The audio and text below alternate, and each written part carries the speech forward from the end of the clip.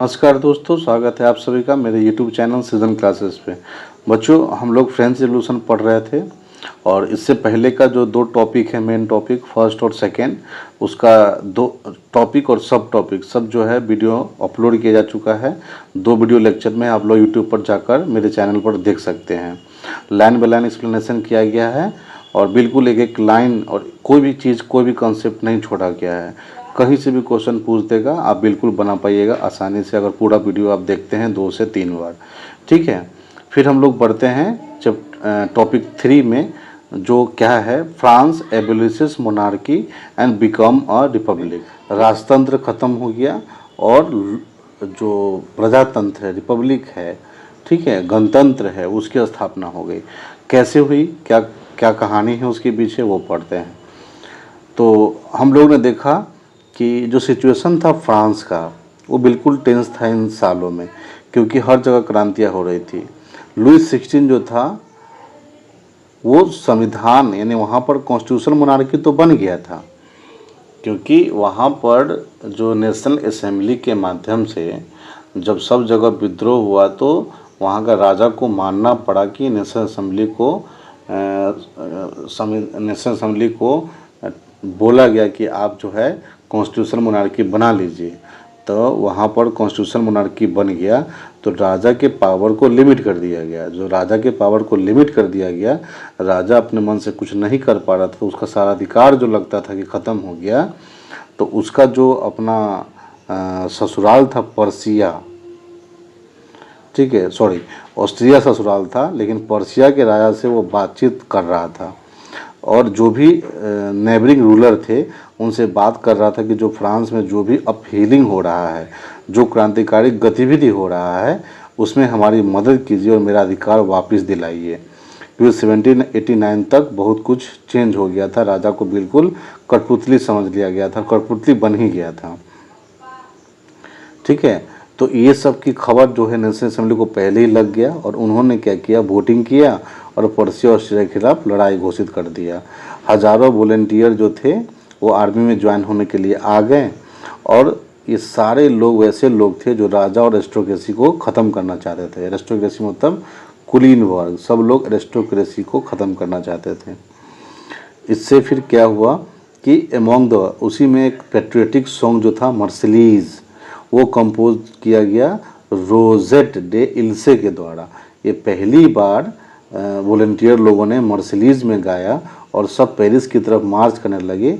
इसलिए मर्सिलीज़ जो था वो आगे चल के फ्रांस का नेशनल एंथम बन गया। ठीक है, उसके बाद क्रांतिकारी जो थे, क्रांतिकारी लड़ाई से बहुत सारा नुकसान हुआ और इकोनॉमिक डिफ़िकल्टी हो गया लोगों को। ठीक है, जब आदमी लोग लड़ाई कर रहे थे फ्रंट पे, तो औरत लोग घर पे अकेली थी और घर का जीवन जो लिविंग है और फैमिली की देखभाल उन्हीं के ऊपर आ गया। तो पॉपुलेशन का बहुत बड़ा हिस्सा जो था वो क्रांति के कारण प्रभावित हो गया। ठीक है, तो 1791 में पॉलिटिकल राइट्स सिर्फ रिचर सेक्शन को दिए गए थे, तो बहुत सारा पॉलिटिकल क्लब जो था वो बन गया था।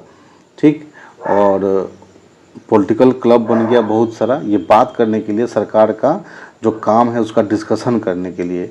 तो ऐसे क्लब में से एक सक्सेसफुल क्लब था जिसका नाम था जैकोबिन। उसको नाम पड़ा सेंट जैकोब, एक चर्च था, उस चर्च के ऊपर ये नाम पड़ा। औरत लोगों ने भी अपने अधिकार के लिए क्या क्या क्लब्स बनाया, इसके बारे में हम आगे पढ़ेंगे। ठीक है, तो ये पॉलिटिकल क्लब्स बना राजा के कामों को, ठीक है, देखने के लिए, कैसे वो शासन कर रहा है और चर्चा करने के लिए पॉलिटिकल क्लब बनाया गया। तो उसी क्लब में से एक क्लब जैकोबिन क्लब बहुत फेमस हो गया। ठीक है, जो मेंबर थे जैकोबिन क्लब के वो कम मतलब पैसे वाले लोग थे, सोसाइटी के सबसे निचले लोग थे, जैसे दुकानदार लोग थे, आर्टिसियन, जूता बनाने वाला, pastry cook, watch maker, printer, यानी कि घड़ी बनाने वाला, पेंटर, प्रिंटर, ये सब जो सर्वेंट की तरह काम करते हैं, डेली वेज की तरह काम करते हैं, वैसे लोग थे। और इनका लीडर का नाम था मैक्सिमिलियन रोबेस्पियर। ये 2 साल रहा, 21 साल, लेकिन इसने तहलका मचा दिया। बहुत सारा जो ग्रुप था जैकोबिन के, वो डिसाइड किया कि हम लोग वाइट स्ट्रिप, ये जो स्ट्रिप वाला जो कपड़ा आप देख रहे हैं, ये वाला वैसा कपड़ा पहनेंगे, ठीक है। अलग से पहचान होगी किसकी, जैकोबिन क्लब की। इसी तरह से ये डिफरेंट कपड़ा जो था वो ईजाद कर देते हैं, ये फैशनेबल था। नोबल लोग पहनते थे नी ब्रीचेस, ठीक है, नी ब्रीचेस पहनते थे ये लोग, नोबल्स लोग।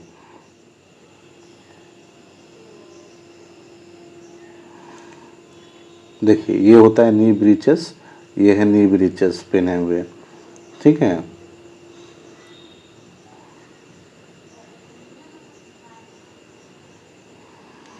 तो उसके बाद जैकोबिन जो था उनका नाम पड़ गया सन क्लॉटर्स, जिसका मतलब होता है विदाउट नी ब्रीचेस, ठीक है। सन क्लॉटर जो थे सिर्फ आदमी पहन सकते थे और रेड कैप पहनते थे, लिबर्टी की पहचान। औरत लोग को नी ब्रीचेस पहनने का या फिर सॉरी सन क्लॉटर्स की तरह रहने का, रेड कैप पहनने का अधिकार नहीं था। अब क्या हुआ कि 1792 में जैकोबिन ने क्या किया, एक प्लान बनाया, है ना, क्या करने के लिए। जब खाना का शॉर्ट सप्लाई हो गया, यानी खाना बिल्कुल नहीं था, तो गुस्सा गए थे सारे लोग। तो रोबेस्पियरी ने क्या किया, जो राजा का जो महल था, तो राजा के महल में गया, वहाँ के गार्ड को उसने मार दिया और राजा को क्या कर दिया, कई घंटे तक बंदी बना के रखा। बाद में पूरे फैमिली को, राजा की जितनी फैमिली थी सबको जेल में डाल दिया गया। इलेक्शन हुआ और इलेक्शन होने के बाद 21 साल के सभी लोगों को वोट देने का अधिकार दिया गया, ठीक है। और जो नई असेंबली बनी उसको कन्वेंशन कहा जाने लगा। तो पहले था आपको मोनार्की, मोनार्की के बाद कॉन्स्टिट्यूशनल मोनार्की और कॉन्स्टिट्यूशनल मोनार्की के बाद कन्वेंशन। तो 21 सितंबर 1792 को मोनार्की ख़त्म हो गया और फ्रांस एक रिपब्लिक बन गया, ठीक है। जो रोबेस्पियरी का शासन वो है, उसका नाम कन्वेंशन। वोट देने का अधिकार दिया 21 साल से सभी को, इसलिए इसको रिपब्लिक कहा गया, ठीक है। जनता के चुने हुए प्रतिनिधि इसमें शासन करते थे रिपब्लिक में। रिपब्लिक गवर्नमेंट में कोई भी हेरिडेटरी मोनार्क नहीं बन सकता था, ठीक है। उसके बाद और भी जैसे उसके बाद फिर क्या हुआ कि लुइस 16 जो था उसको फिर कुछ दिनों बाद डेथ सेंटेंस मिल गया, यानी कि देशद्रोह का उसके ऊपर आरोप लगाया गया। और आरोप लगाने के बाद उसको 21 जनवरी 1793 को पब्लिकली कहाँ पर, पैलेस डे ला कॉनरोडे में उसको एग्जीक्यूट कर दिया गया, गलटन कर दिया गया, मार दिया गया। उसके बाद मेरी एंटोनियट के साथ भी कुछ दिन बाद वैसे ही किया गया। अब रोबेस्पियरी का समय चलेगा कि कैसे उसने शासन किया।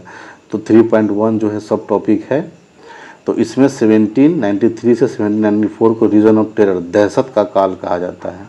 रोबेस्पियरी ने अपने जो भी पॉलिसी बनाता था उसको बहुत बुरी तरह से लागू करता था। जो उसके खिलाफ थे उनको बिल्कुल कैपिटल पनिशमेंट देता था, किसी को नहीं छोड़ता था। उसके एक्स नोबल, क्लर्की, सारे लोग को परेशान करके रखे हुए था, यानी सबको जेल में डाल देता जो उसके खिलाफ था।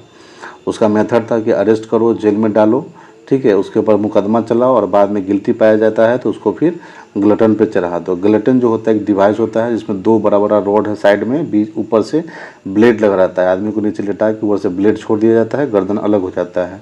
डॉक्टर गलटन ने इसका इन्वेंट किया था, इसलिए इसका नाम गलटन पड़ गया, ठीक है।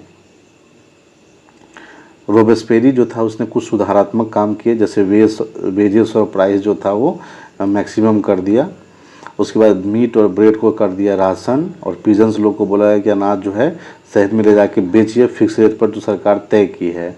एक्सपेंसिव आटा मत खाइए, प्लेन आटा खाइए, ये सब बोला, ठीक है। उसके बाद इक्वलिटी लाया, बोला कि कोई भी सर मैडम नहीं बोलेगा, ठीक, सब जो है वो क्या बोलेगा, सिटीजन यानी सिटीजन बोलेगा। चर्च को बंद कर दिया गया, सारे चर्च के बिल्डिंग को, है ना, बैरक को कन्वर्ट कर दिया गया ऑफिसेस में, ठीक है।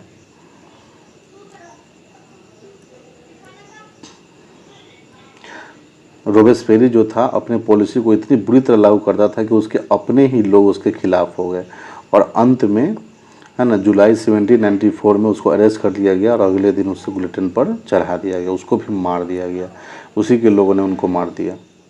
जब रोबेस्पियरी मर जाता है तब डायरेक्टरी रूल आता है, ठीक है। जब जैकोबिन गवर्नमेंट जब गिर जाता है तो जो शासन था वो वेल्दियर मिडिल क्लास के हाथ में चला जाता है। एक नया संविधान फिर से बनाया जाता है, ठीक है। उसके बाद वहाँ पर एग्जीक्यूटिव और लेजिस्लेटिव काउंसिल अलग अलग बनाया जाता है, और एक डायरेक्टरी रूल जो एग्जीक्यूटिव पर शासन करेगा, ठीक है। तो अब भाई ये लोग आपस में बन न रहा था। और पावर एक हाथ में ना चला जाए, इसीलिए 5 गो बोर्ड ऑफ मेंबर बने इसमें, ठीक है। 5 लोग शासन करते थे। ये पाँचों लोगों में आपस में नहीं बनता था और लेजिस्लेटिव का एग्जीक्यूटिव के साथ नहीं बनता था। ये तो इसी कारण से फ्रांस में पॉलिटिकल इंस्टेबिलिटी था। उस समय नेपोलियन इटली में युद्ध कर रहा था, तो नेपोलियन देखा कि जब मैं युद्ध कर रहा हूँ फ्रांस के लिए और फ्रांस का जो मेन पावर है वो अनस्टेबल है, इसीलिए नेपोलियन क्या करता है, इसका फ़ायदा उठा करके वहाँ पर जा आकर के मतलब फ्रांस में, और फ्रांस में आकर के सत्ता जो है अपने हाथ में लेता है और फिर वहाँ पे डिक्टेटरशिप की शुरुआत कर देता है, यानी कि फिर से मोनार्की की शुरुआत कर देता है। अब है थ्रू ऑल दिस चेंजेस, ये सारा सरकार में बदलाव हो रहा था, लेकिन 3 चीज़ कायम रही, फ्रीडम, स्वतंत्रता, समानता लॉ के सामने, और बंधुत्व, भाईचारा। ये 3 चीज़ जो है फ्रेंच रिवॉल्यूशन का पूरी दुनिया को दिया हुआ है, जिनको आज तक लोग इंस्पायर करते हैं। और ये एक पॉलिटिकल मूवमेंट जो था मोटिवेटेड फ्रांस जो था वो पूरे यूरोप को दिया। यानी ये 3 चीज़ फ्रीडम, इक्वलिटी और फ्रेटर्निटी पूरे यूरोप को सदियों तक प्रेरित करता रहा, प्रोत्साहित करता रहा, मोटिवेट करता रहा। और फ्रांस का ही देन है कि पूरा यूरोप जो है आज बिल्कुल इंडिपेंडेंट है, डेवलप्ड है, चाहे सब जगह इतना स्वतंत्रता से लोग रहते हैं, ठीक है। फ्रांस इसीलिए इतना महत्वपूर्ण है, फ्रांस की क्रांति इसलिए इतना महत्वपूर्ण है, इसलिए सबको फ्रांस की क्रांति के बारे में पता होना चाहिए, ठीक है। तो बच्चों ये लास्ट टॉपिक था, थर्ड का सब टॉपिक डायरेक्टरी रूल। तो यहाँ तक है, फिर हम लोग अगले वीडियो में पढ़ेंगे। है आपको जो है सपनों को पंख देगी। पढ़ाई का अगर पंख नहीं लगाइएगा तो मनपसंद जीवन नहीं जी पाइएगा, इसलिए पढ़िए, ठीक है, मेहनत कीजिए। 9, 10, 11, 12 ये 4 साल मेहनत कर दीजिएगा, आपका पूरा लाइफ बदल जाएगा, ठीक है। फिर मिलते हैं अगले लेक्चर में, अगले वीडियो के साथ, अगले टॉपिक के साथ। बहुत बहुत धन्यवाद आप लोग का। जय हिंद, जय भारत।